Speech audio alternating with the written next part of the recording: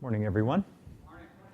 I'd like to read you a reading from Whispers from Eternity, Yogananda's book of answered prayers.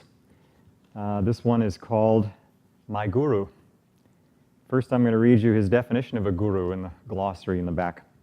Guru, the true supreme preceptor who leads receptive disciples to God, especially by infusing his own expanded consciousness into their limited ego identification. The term guru differs from teacher. A person can have only one true guru, though he may have many teachers. So now this is Yogananda's poem, My Guru. And his guru was Swami Sri Yukteswar, who is right there.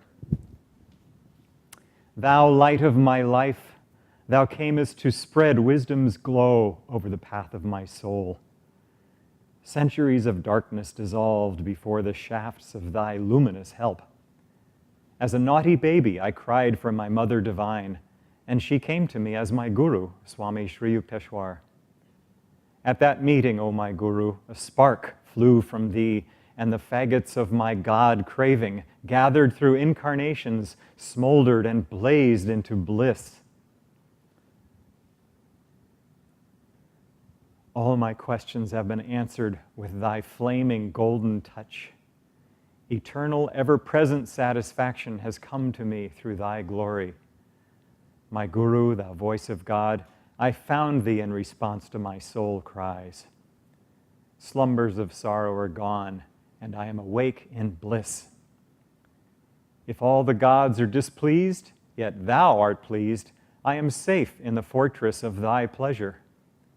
And if all the gods protect me behind the parapets of their blessings, yet I receive not thy benedictions, I am an orphan left to pine spiritually on the ruins of thy displeasure. O Guru, thou didst bring me out of the bottomless pit of darkness into the paradise of peace. Our souls met after years of waiting. They trembled with an omnipresent thrill. We met here because we had met before. Together we will fly to his shores, where we will smash our planes of finitude forever and vanish into infinite life. I bow to thee as the spoken voice of silent God. I bow to thee as the divine door which leads to the temple of salvation. I bow to thee, to thy master, Lahiri Mahashaya, harbinger of yoga in Benares, and I lay the flowers of my devotion at the feet of Babaji, our supreme master. Well, I got a little choked up there.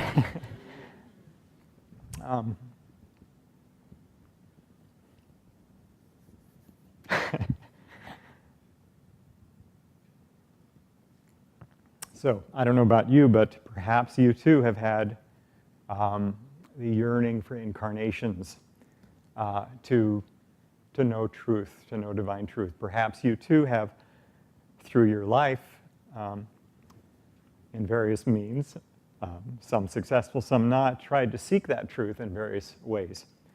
Being a child of the 60s and 70s, I know I tried in various ways to seek truth, and with various degrees of interesting episodes, but I don't remember them very well, which means I was really there, as they say. Was raised, I think I mentioned this last time around, was raised Catholic, and I was a happy Catholic. I'm not a recovered Catholic, but that was all good, trying to find truth in ways that seemed kind of like, meaningful, and were. But seeking a little bit more than what I was taught. So becoming a teenager and rejecting all that and thinking, well, that's naive, all right, I'm going to go out and find everything I can out there in the world. That was all very exciting also, but didn't lead to the exact truth I was looking for. And eventually it got to the place where I tried everything I knew how to do, and that didn't work either, under my own steam. You know how it is. Teenager, young adult, all right, I'm going to do this myself finally, I'm going to do it my way, I'm going to do it right. And that's good. We need to do that. We need to, flex our wings. But even there, perhaps like you, I found that I didn't have all the answers. And I had to go outside and find them somehow. And I was joking to a friend one day. I was actually considering walking around the world to try to find answers. And I was joking to a friend that I was going to, in California, you can get personalized license plates that have up to seven letters on them. So I thought I would have a license plate that said that. Ick teacher? It's not ick teacher. What is it?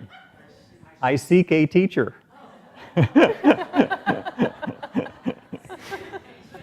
I seek a teacher. You got it? Okay, so anyway.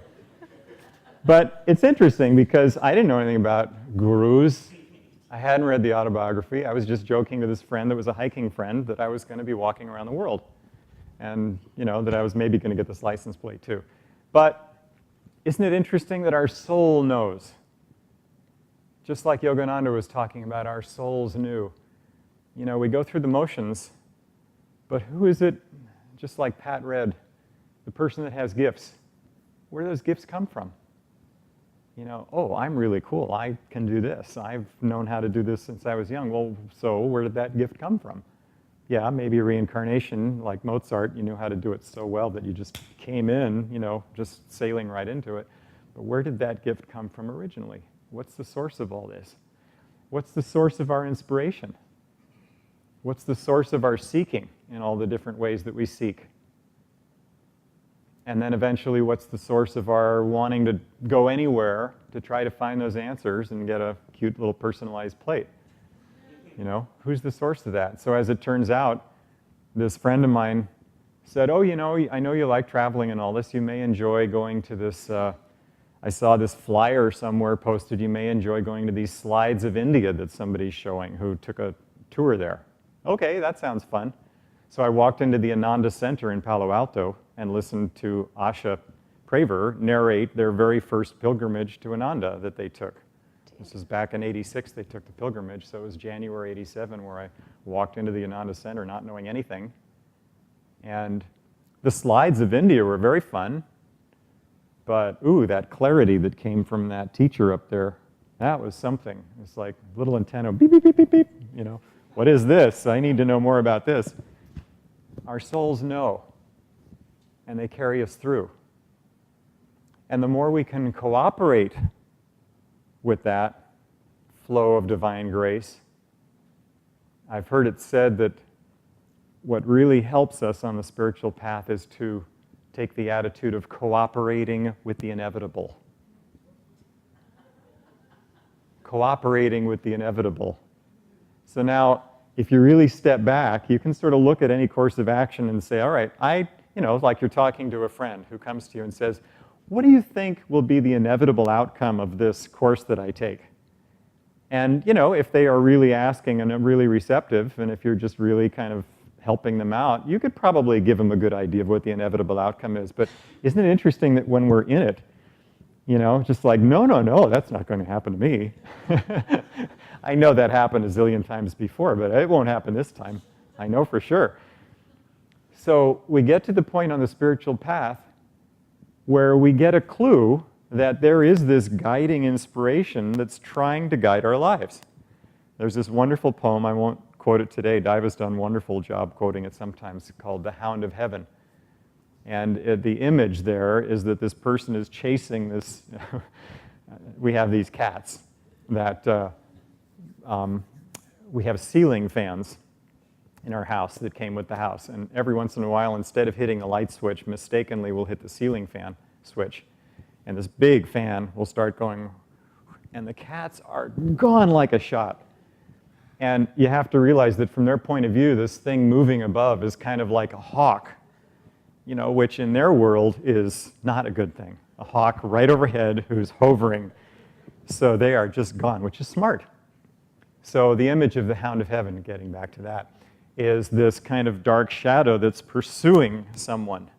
And it's scary, and the person is running away from the shadow. And the sweet story as it goes through this is that the person realized at the end the shadow was the outstretched, getting choked up again, sorry, the outstretched hand of God coming to help them, coming to lift them up and give them everything they were seeking.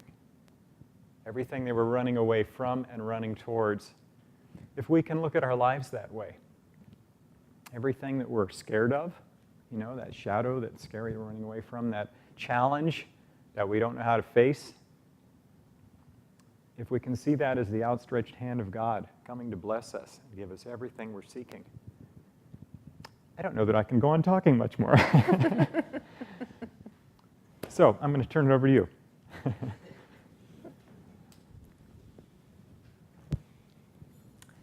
Good morning again. So, do we need a guru?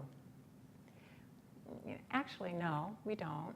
There's millions of people who go through life without a guru. And a lot of them are successful. A lot of them fail at everything. But a lot of them just move through their lives just fine. And it's not necessary to have a guru. But the guru does bring us things. One of the things the guru brings us is wisdom. And wisdom in the sense of not so much book learning or folklore, but more a wisdom that is outside of you, that when you ask the question, the answer comes to you. It's this vast reservoir of knowledge that is accessible to you through the guru. How do you start your connection with the guru? It starts with meditation. And whether that meditation is sitting in a chair with your spine straight and doing Hong Sa, or whether that meditation is a peaceful walk through nature and reconnecting with the divine in that way, whether it's racing a car at some absurd number of miles per hour and just that thrill, just being in the zone. There's all different levels of the way people connect with something bigger than themselves. But on our path, we use meditation. And we learn how to meditate before we become disciples. We don't take discipleship vows and then learn how to meditate. We learn how to meditate and then we move toward discipleship. And I've heard it said that prayer is the way that we talk to the divine, and meditation is the way that we listen to the divine. So it's in meditation that we start to understand that deep, calm joy that lives inside of us, that can blossom during a meditation and just fill every cell in our body with this deep bliss. And we learn to recognize that. We learn to sustain that.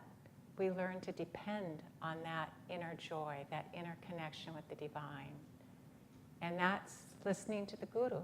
That's one of the ways the guru talks to us, is through that bliss, through that joy. And what does that look like in everyday life? Dambara and I bought a farm a year and a half ago. A year ago. It's a small farm. It's 2.5 acres, so it's, we naively thought, oh, that's manageable. But, even though it's 2.5 acres, it has everything. It has pastures, it has llamas and a stable, it has chickens and a coop, it has a vegetable garden, it has a flower garden, it has a lawn, it has a driveway, it has fences, it has the house, it has outbuildings, it has everything.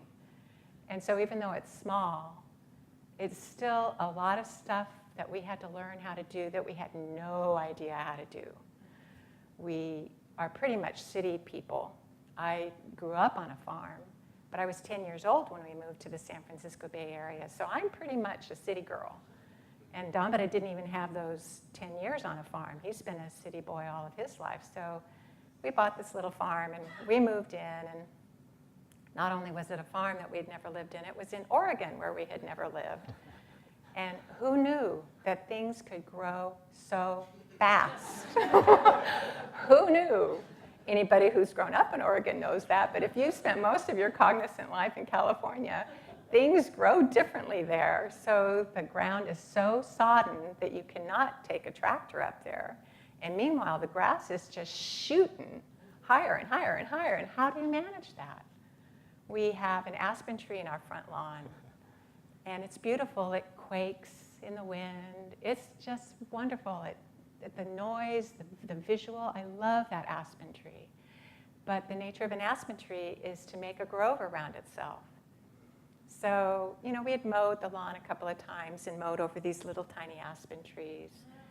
And then they hit their growing season, and in a blink of an eye, there were like 200 of these little aspen trees that were, like they were waist high.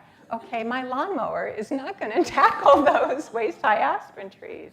So here we have this grove of aspen trees growing in our front lawn, and we have gutters that are pouring over and flooding our basement, and we have waist high weeds growing in the pasture, and we're going, what the heck do we do? But it matters how you ask the question. What the heck do you do? Doesn't bring any answers. But that inward asking, what the heck do we do? What should I do to gain control over this aspen grove? What should I do? Okay, well, I could use my loppers. They're nice and strong. So I went out with my loppers, and first couple I dug up, just lopped them off at the surface, and then took a step and went, ouch! Because there's this little woody nail coming up out of the ground now. So, okay, I need to cut them off below the soil level. So, okay, wisdom. I learned something there that I didn't know before. I didn't learn it out of a book. It was just this realization, okay, I need to change this differently. So I started lopping underneath the soil. Well, it's hard to get loppers underneath the soil, and they dull really fast if they're cutting through soil. It's just not what they were made for. So this inspiration came to me. What I need is the grub hoe. And a grub hoe is like a pickaxe, but it has a blade on one end in this orientation and a blade on the other end in this orientation, and they are wonderful at attacking woody things. So I got out the grub hoe and some really thick, sturdy boots in case I missed, and went out and started hacking off these little aspen saplings under the soil line, and I turned our aspen grove back into a lawn. I think that we've done really well in this last year learning how to live in Oregon on a 2.5-acre farm with animals and outbuildings and steep gravel driveways. I think we've learned really well. I really believe that if we didn't have a guru in our corner, it would have taken us a lot longer, a lot more money, a lot more disasters to learn the lessons the hard way. There's two ways of looking at the guru, the word guru, because the modern Western definition of a guru is just someone who knows more than you do. Oh, he's a computer guru. He's an email guru. She really knows how to fix cars. She's a mechanic guru. It's a term that is thrown around more and more and more, meaning someone who has more knowledge than you do. And a guru does have more knowledge than you do. But then there's the Eastern, the spiritual meaning of the word guru. And that's someone who comes in and takes charge of your life and sends you that inspiration. And if you can keep that connection with the divine, that inspiration comes more clearly, and you're able to hear it. You're able to hear those whispers. So that's something that a guru brings you, is access to that wisdom through that deep calm that you learn about during meditation. Another thing a guru brings you is guidelines that you can use for your everyday life. One of my favorite guidelines is, now that I've said it's my favorite, it's gone completely out of my head. It's the guideline that only the ego suffers. And that has been so helpful to me in my spiritual growth, because living in community especially, you have been experiencing joy and things that you never thought you would be able to find in this life. You might hate your job, but then you go home to the community and there's this bliss. You're talking with friends and you're just open. And everything seems so perfect and wonderful, especially when you first come to the spiritual path and live in community. And because of that openness, when somebody says something to you that hurts your feelings, it can really wound you. That's not the way a devotee should act. That's not something a devotee should talk about. Why are they gossiping? Why are they being stubborn? Why are they being angry with me? This is not the way it's supposed to look. My feelings are hurt. It's been so useful to me, with a long history of hurt feelings, to realize that hurt feelings are a wonderful tool to learn something about yourself and the truth of what is trying to happen here. When my feelings get hurt now, I think of what is going on inside me that caused those feelings to be hurt. Is it because of some samskar from a previous life? Well, maybe I can just shift the way I'm looking at this. Is it because I don't like somebody telling me what to do? Well, maybe I could look at this as being helpful. What can I change inside myself, my perception of this?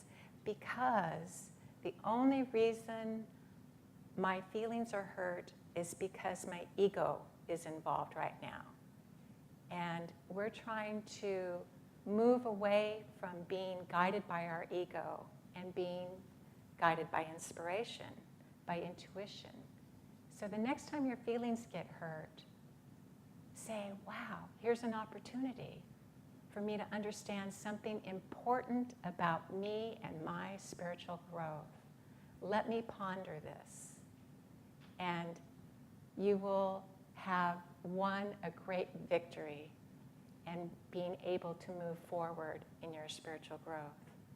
So that's another thing that the Guru gives us, is he gives us guidance that we can use in everyday life to understand more about ourselves, the way the world looks, what truth really is. Another gift that the Guru gives us is joy.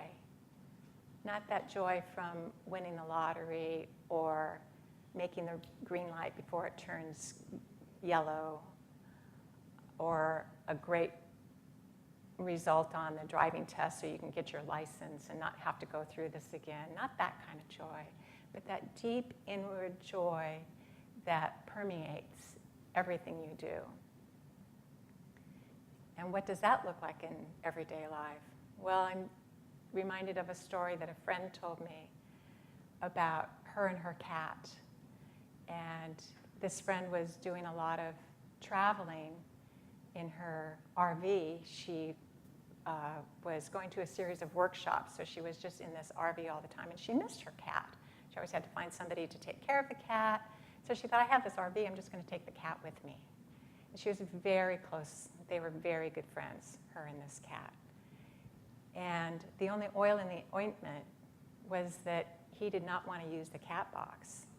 So she got a harness for him and a lead, and she would find a park somewhere, and she would take him out, after the park closed and it was dark, and she would take him out, and everything worked just fine. He didn't need a cat box as long as he had this harness. And so it was like a bit of a pain, but it was working, and then they had each other's company, and it just made her really happy to be able to have this connection with her cat. And then a friend told her, I used to take my cat camping all the time. They're fine, you can just let them out, they'll come back. And so one night, she's parked next to this park, and the cat wants to go out, and she remembers her friend's advice, and so she opens the door, and she lets her friend go out into the night. And she fell asleep, and when she woke up, there was no cat. It was daylight, and there were cars driving past, and she could not find her friend. So she had a little bit of leeway. She had a day or two before she had to get to this workshop. And so she knew that she could spend the day there waiting for her cat to come back. And so every hour or so, she would walk through the neighborhood, calling, calling, no response. I love cats too, so this joke's the story of my friend. So she kept going out and calling and listening for that response, and it didn't come, and it didn't come. Spent the whole day. She'd go back, do some studying for her workshop until the anxiety, the hope, just let her back outside, and then she would go around and check, and no cat. And then she remembered hearing that the Humane Society had put out this brochure about finding your lost cat, and that cats usually during the daytime would hide under a bush and just wait because they feel too vulnerable. So she thought, okay, the sun's going to go down soon. He'll come back once the sun goes down. So that gave her hope. So after the sun went down, she went out and she called and called, and there was no answer. So that had been sort of her last hope. So she went back to her car, climbed in, and she was filled with despair. And she described a spiritual crisis that came upon her in that moment, that she felt that she'd been following her inspiration, that she'd been following her intuition on how she could make a traveling companion out of her friend, and that it would work great, and that she had listened to this trusted friend's advice, and it had led her to this spot where she had lost her friend, and now he was going to be on his own out there, and she had to drive away to her workshop. And she was filled with despair because her spiritual teachings had taken her somewhere she did not want to be. So she started to question her spiritual teachings. And I don't know if very many of you know Ramani Peterson. She lived in the Palo Alto community for years and years, and then in India for a while. Now she's down in LA. So you might not know her, but one thing that's remarkable about Ramani is the light that comes through her eyes. She's a deep meditator, and she has that calm inward connection. And when you look at her eyes, there's a light that comes from her eyes. It's not a reflection from somewhere else. It's a light that comes from inside her eyes and shines out. And so my friend also knew Ramani and was trying to remember the light in Ramani's eyes, and she couldn't remember that light. And it was like the last straw. I've lost it. I've lost God. It's over. I have nothing to stand on. My world is shaking. I have nothing to stand on. And then she remembered that Babaji had promised that any devotee who calls him with sincere need, he would help. And so she said out loud, "Babaji, help me!" And instantly, she was filled with this inner joy, this strength, this confidence, and she could remember the light in Ramani's eyes. And so she started thinking, I could go to a Kinko's and I could print out some flyers with my phone number, and I could post them around this neighborhood. I could go to my workshop and come back on my way home, and I bet my cat will be in somebody's kitchen waiting for me. I think that there's a way out of this. And so she was able to listen to that calmness, that inward peace that Babaji had restored for her. And she was able to become functional again. And it was time for her to go. She had to get to that workshop. She might have even been giving the workshop. There was some reason she could not skip this workshop. And so it's 11 o'clock at night. She goes to start her engine. And the engine starts, but her windshield was completely covered with fog. And so she's waiting for her engine to warm up so that the defroster will work and take all of this away. And so she's thinking, I wonder if I should print it out in different colors. And she's able to sustain that deep calmness that she had regained. And she sat there for what to her seemed like quite a while, and this windshield was not clearing up. And she said, "Why is this windshield so hard to clear up?" So she asked it in the wrong way. And then she stopped a moment. She said, "Why is this windshield not clearing up?" And the answer came to her, "Because it's not time for you to leave yet." So she turned off her engine, opened her door, and heard the meow, and looked. And there was her friend running down the street toward her. Her friend hadn't heard her voice, but had heard the car engine and recognized it as belonging to her. And he just needed some time to get from wherever he was hiding to where she was parked. So she opened the door. He jumped in. They had a happy reunion. He ate some food because he was starving. And she drove to her workshop and never let the cat out again. So that's the gift, one of the gifts that the Guru brings us, is that joy. Getting the right answer or making the red light, all of those things that we feel are luck or, oh, I'm so glad that happened. That doesn't bring that deep joy, that calm that the Guru brings into our hearts and acts as a guide, so that in every instance, we know what we should do. It's not time for you to drive away yet. Okay, I'm not going to do that then. And then you end up somewhere that you want to be. So you don't need a guru, but your life is so much richer with the Guru. And we find him through meditation. We find him through listening. We find him in the eyes of our friends. We find him living in community and rubbing up against each other and learning about ourselves. All of these are whispers from our Guru.